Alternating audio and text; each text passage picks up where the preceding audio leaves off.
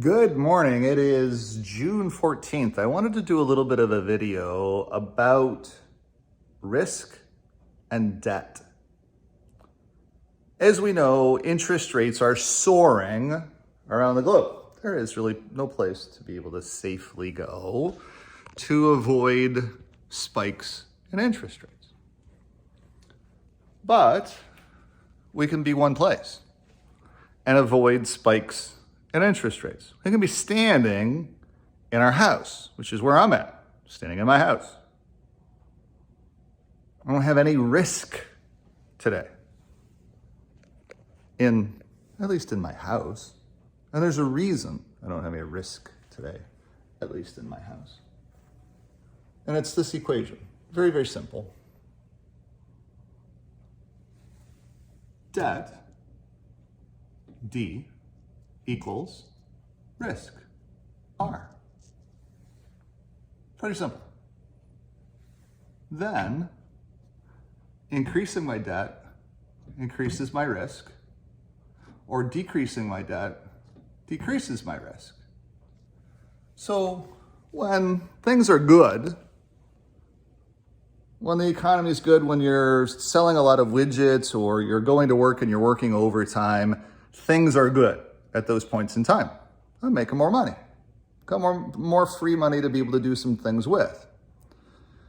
But what the average person forgets about is the concept of that equation. Debt equals risk. So when things are not good, when the economies turn, then risk goes up across the board. So if my debt is down, then my risk is down when things are bad compared to my neighbors.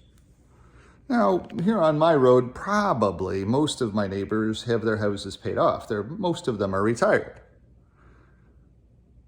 Some of them still work. Some of them have assets. Some of them might have $1 million in their retirement account. They now only have $800,000 in their retirement account, and it's going down because they're continuing to take out of their retirement account. So a lot of those neighbors are feeling a little bit of a pinch today.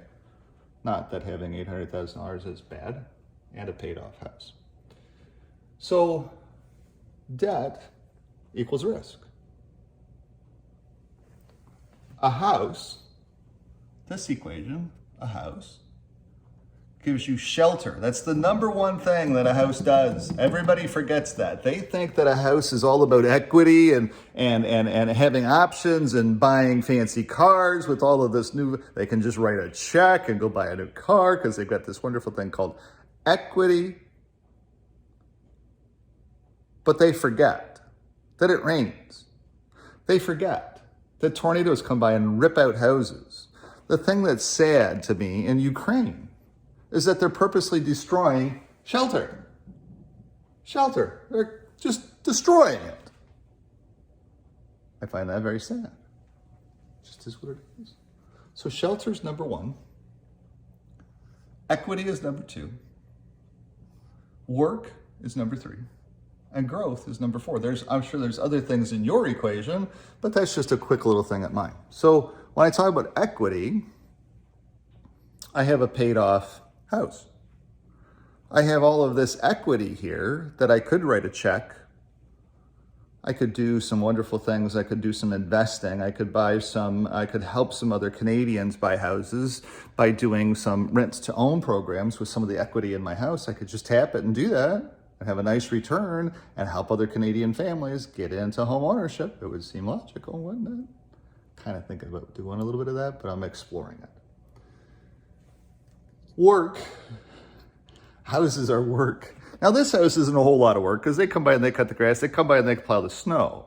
They come by and they take care of the sprinklers. They come by and they take care of everything. I pay a small fee per month, which is not enough because the cost of labor is going higher. So it's not a lot of work to have to own this house. I do a little bit of landscaping, do a little bit of weeding, that kind of stuff. No big deal. Limited work. But the type of house you buy determines how much work you have to do. I like not having to do work. I like my townhouse. I like it a lot. gives me the flexibility to be able to do videos rather than being out there doing work. And then growth of value. So this house we built for less than $300,000. I'm not going to give you the exact number, sorry. But we built this house for less than $300,000. And it is currently worth about $800,000. Let's do it that way. So we technically have this wonderful thing. If we still owed the money on the house, we would have about $500,000 of equity. 800,000 minus $300,000 owed equals $500,000. Now we can't tap that equity unless we sell the house, but then we'd have the equity. It's there. Or we could do some financing things. So to avoid this equation, when times are good, pay off your house. Get out of debt. When times are bad, if you're debt-free, then you have relaxation. You don't have to worry. There's no worry at all in my day. Now, I worry about other things. I worry about the health of my family. I worry about, those kinds of things. But I don't have to worry about where the mortgage payment's coming from. Do I have to go to work today to make a mortgage payment? The answer is no.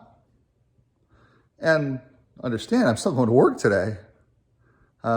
This is work. Shooting videos for you is work. But I will be doing more work today too. I'm going to go out and look at some houses. I've got some shipping they have to do. Got some work I've got to get done. So when you think about the concept of your house, I want you to think about when times go back being good again, or if times are good for you right now, don't be putting money into a market that's a falling knife. Instead, always take your guaranteed return. Always, always, always take your guaranteed return. And the guaranteed return for every dollar you put on equity in your house, every dollar you put to pay off the bank reduces your debt, reduces your risk, and it gives you relaxation as you shelter in place through COVID, through an economic downturn, through a potential depression. And yeah, my house could go down in value. Who cares? I still have equity. Doesn't matter. But my house isn't going down in value as fast as what the stock market is. The stock market sells off at 1,000 points a day. My house, still worth $800,000. So that's the part that all financial advisors want you to invest. And that's the stupidest piece of advice. Get debt free. Get out of debt. Reduce your risk. And then save money. Then start doing the things that you want to go do. Then go spend some money. It's okay. We're spending money. It is what it is. So that's this other video about risk, about houses, about the concepts around getting debt free that nobody shares with you any longer. Everybody thinks, oh, go take debt. It's the greatest thing in the world.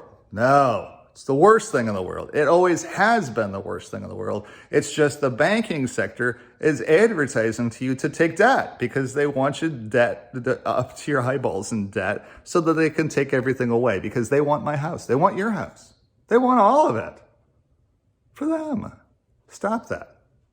Get debt free. Reduce your stress. Thanks so much for watching. If you have any questions about finance, if you'd like to know more about how to get your house paid, start paying off your house, it takes a little bit of time. It's not easy.